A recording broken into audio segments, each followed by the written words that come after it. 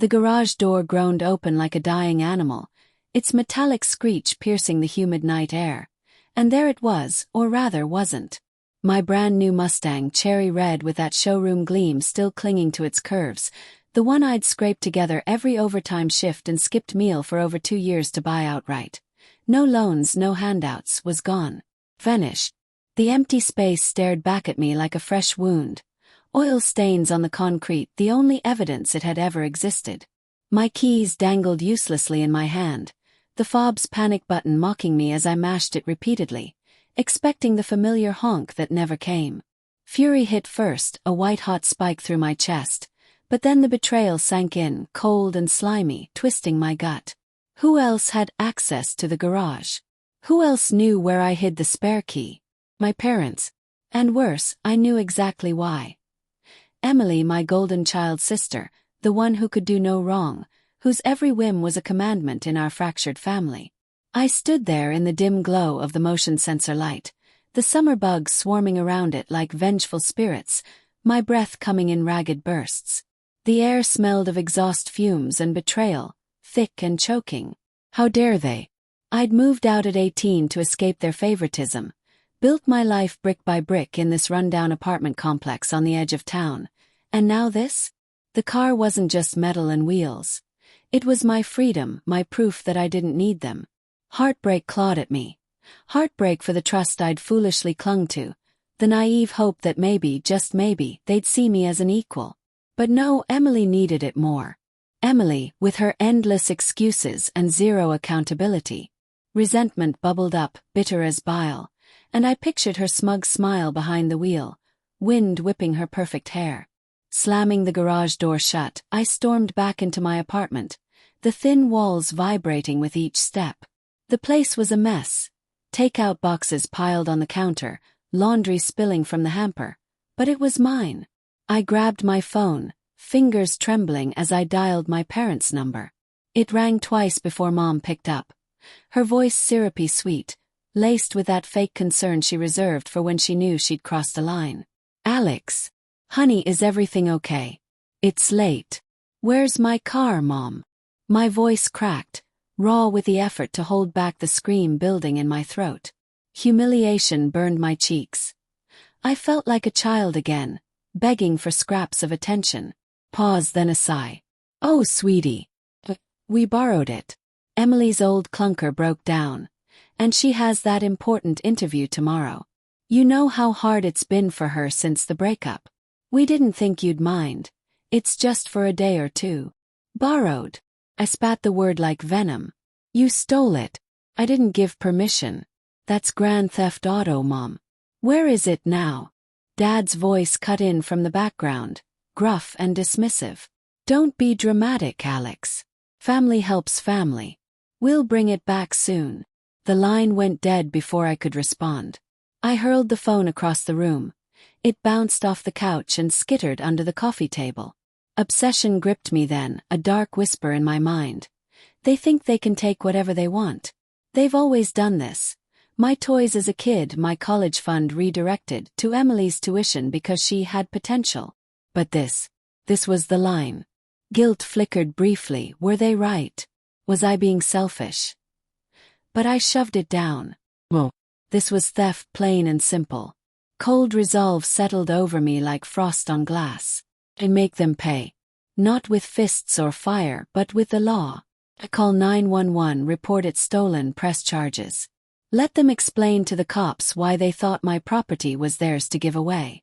But first I needed proof. Pacing the threadbare carpet, its rough fibers digging into my bare feet, I replayed every family dinner, every sidelong glance where Emily shone and I faded into the shadows.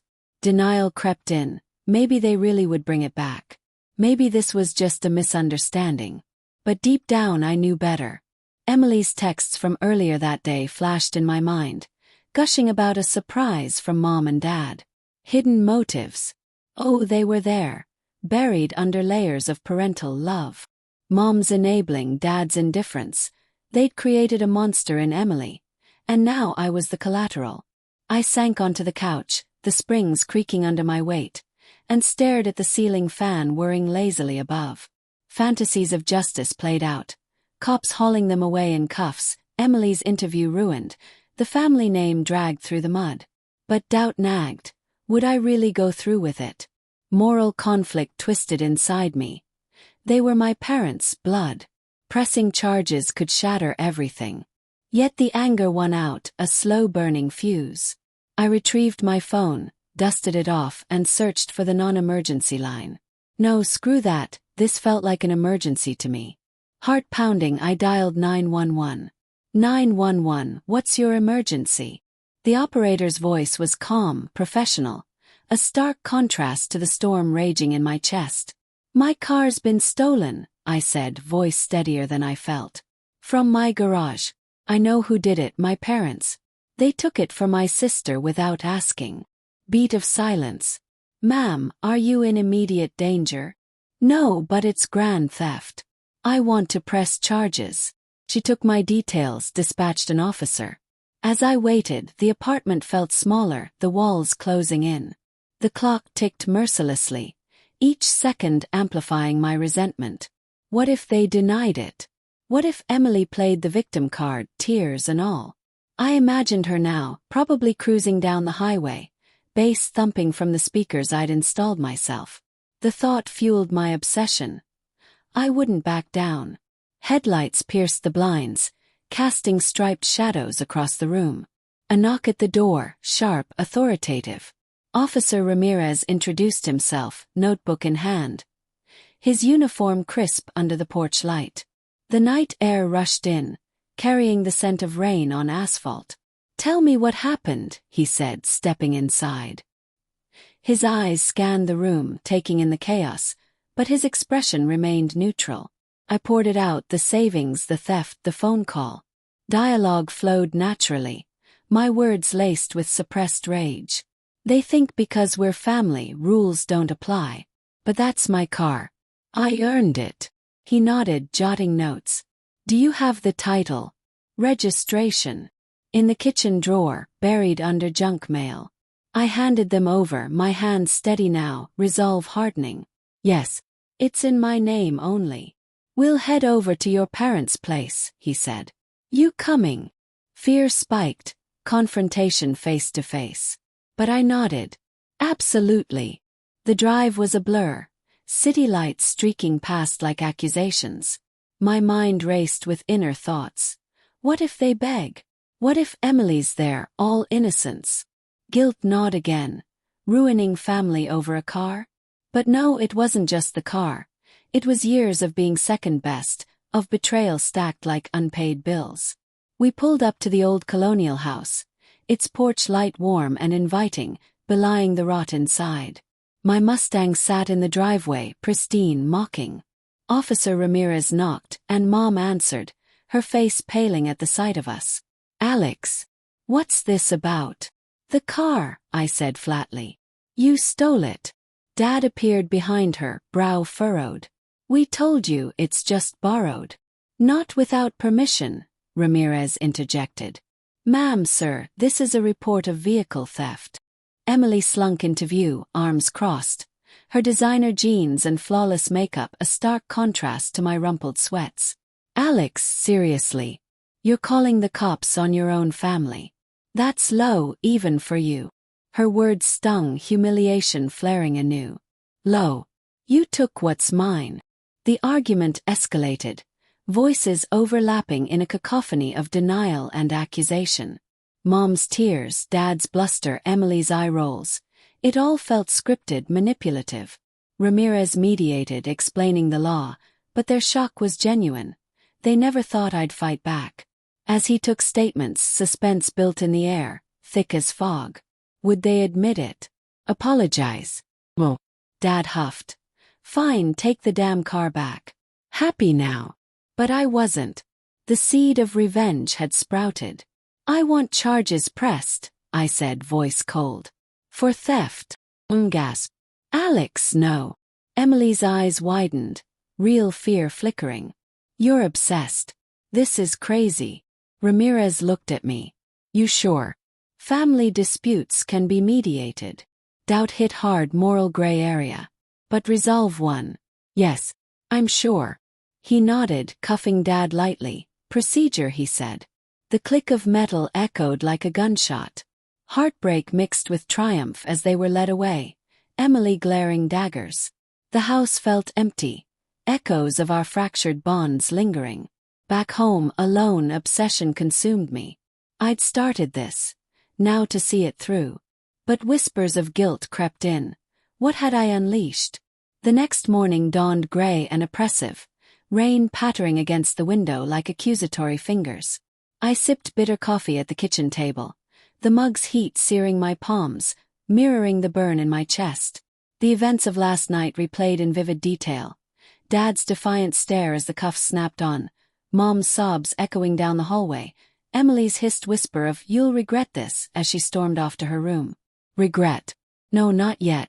But doubt lingered, a shadow in my mind. Was this justice or pettiness? Had I crossed into obsession? My phone buzzed incessantly.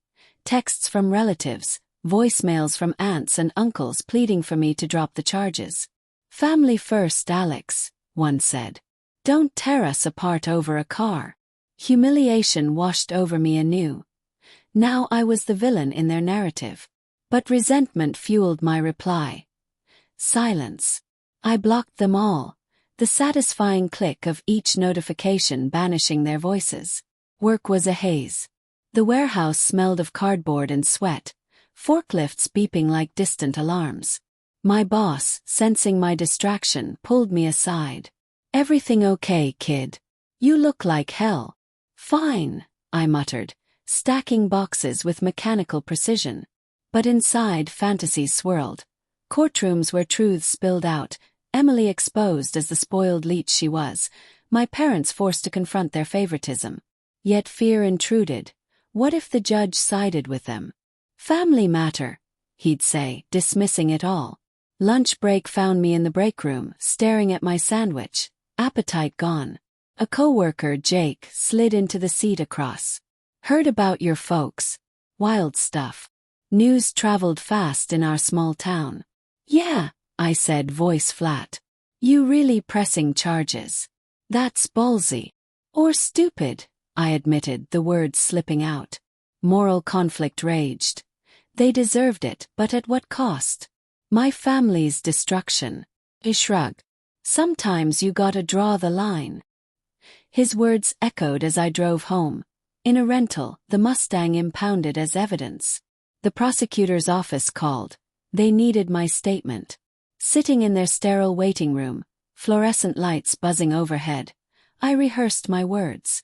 When the DA entered, sharp-suited and no-nonsense, I laid it bare. They took it without permission. Gave it to my sister.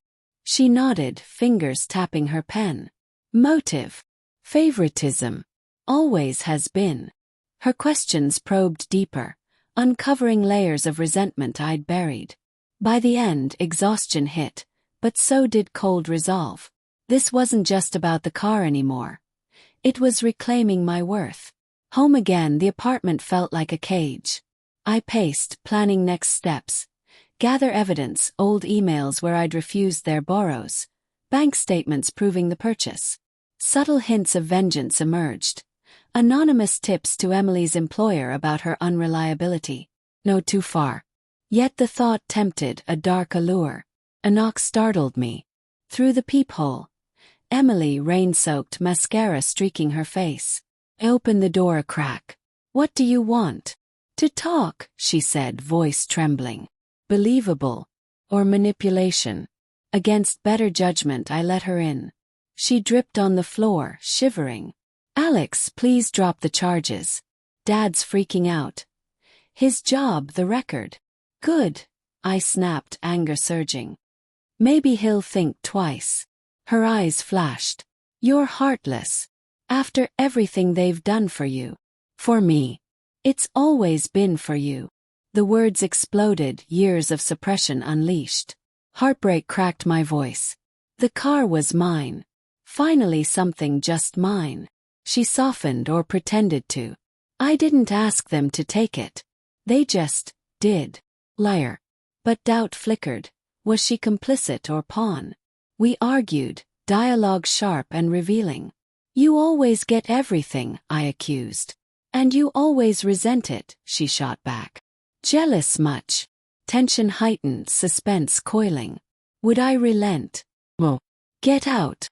She left, slamming the door. Alone, guilt crashed over me. But resolve hardened, court tomorrow. The slow burn ignited. The courthouse loomed, stone facade cold under overcast skies. Inside, the air smelled of polished wood and tension. My parents sat across the aisle, Emily beside them, their lawyer whispering. Dad avoided my gaze. Mom's eyes pleaded. The judge called order. Statements read, evidence presented. My turn on the stand. They stole it. No permission. Cross-examination probed. Family loan. No, I insisted, voice steady despite inner turmoil. Their defense. Misunderstanding. But the title proved otherwise. Recess. In the hallway, Mom approached. Alex, honey. Don't, I said, humiliation burning. You chose her. Hurt flashed in her eyes. We love you both. Prove it, I whispered, turning away. Back in session, the judge's gavel loomed. Suspense peaked, verdict. Guilty of theft, he declared. Probation, fines. No jail, but the stain permanent. Triumph mixed with hollow victory. As they left, Emily's glare promised more. The betrayal's wound festered. Revenge tasted bittersweet. But whispers of consequence stirred. What next? The weeks blurred into a haze of fallout, the town's gossip mill churning like a relentless engine. Whispers followed me at the grocery store, stares at the gas station. That's the one who sued her own parents. Humiliation clung like a second skin, but beneath it, resentment simmered, a pot on low boil. The Mustang was back in my garage, keys reclaimed, but every time I slid behind the wheel, the leather seats whispered reminders of betrayal. The scent of Emily's perfume lingered faintly, mocking. I'd won the battle, but the war. It raged inside me, a storm of obsession and guilt. Nights brought dreams of alternate endings, forgiveness, reconciliation, but dawn shattered them with cold reality. Our family was fractured irreparably.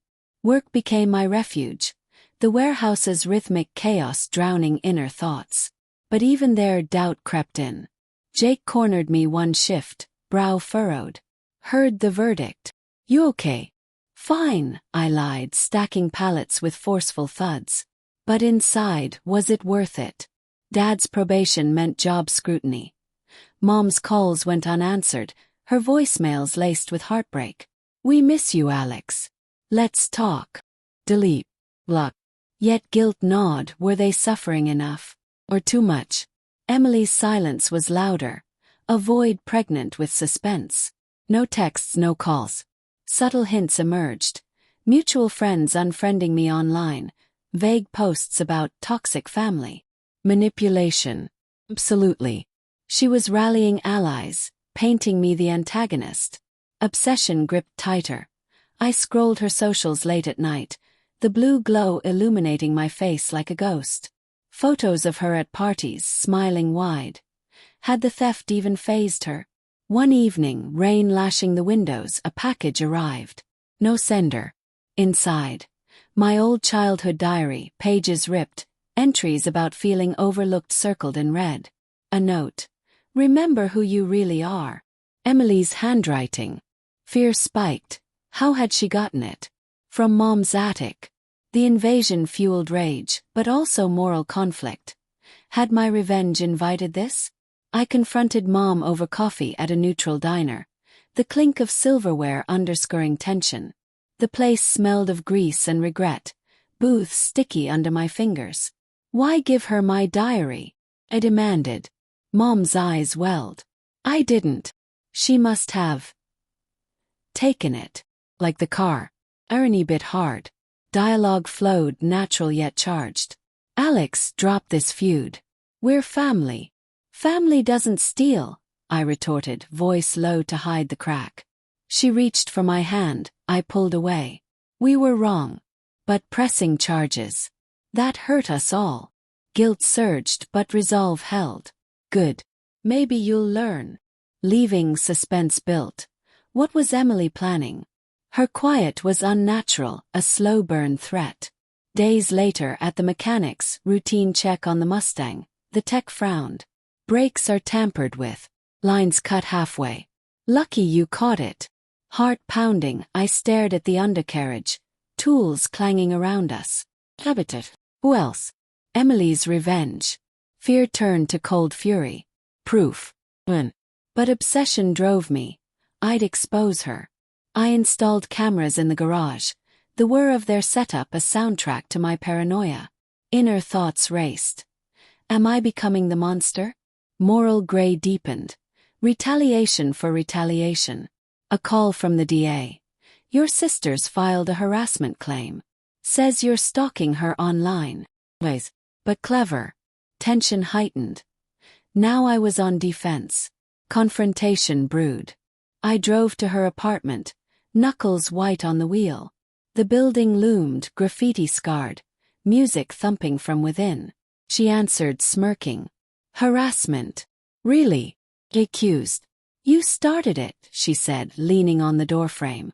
Cops, charges, now breaks. Paranoid much. Gaslighting. Rage boiled. You did it. Prove it. Her eyes gleamed, motives revealed. Payback pure and simple. We argued, voices rising over hallway echoes. You've always hated me, she spat. No, I corrected, heartbreak raw. I hated being invisible. For a moment, vulnerability flickered. Her breakup, her struggles. Layered complexity. Was she broken too? But she shut down. Leave or I'll call the cops. Ernie again. Driving away, doubt assaulted, end this? Or escalate? Home, I plotted in the dim kitchen light. Microwave humming as I reheated leftovers. Call the cops on her. Tampering evidence slim. But then, a text from an unknown number. Check your email. Attached. Photos of me at work, at home. Fucking. Fear choked me. Who? Emily. Or deeper. Paranoia peaked. I changed locks, slept fitfully, dreams of chases and betrayals.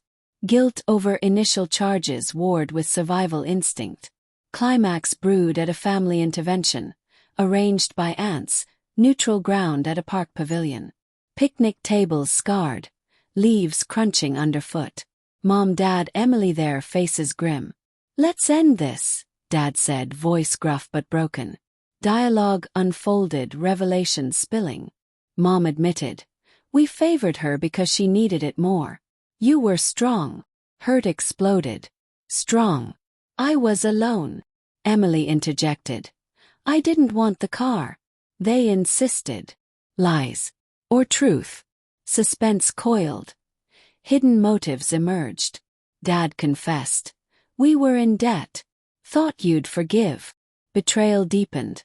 Not just favoritism but financial desperation. They'd planned to sell it if I didn't notice. Rage surged, but empathy flickered. Their struggles real. Yet resolve cracked. Why not ask? Pride, Mom whispered. Tears flowed, tensions peaking. I almost relented. Drop everything. But Emily's smirk, subtle, reignited fire. I forgive, I lied, hugging them. But inside, poetic justice planned. Later, alone, I gathered evidence. Texts, photos, diary. Anonymous tip to police. Emily's tampering, her harassment. Cops raided her place days later. Found tools matching break cuts, my diary. Arrested.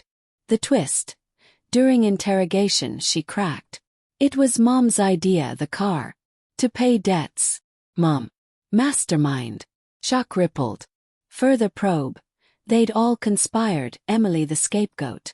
Final court. All charged, conspiracy to theft. Sentences light but family shattered.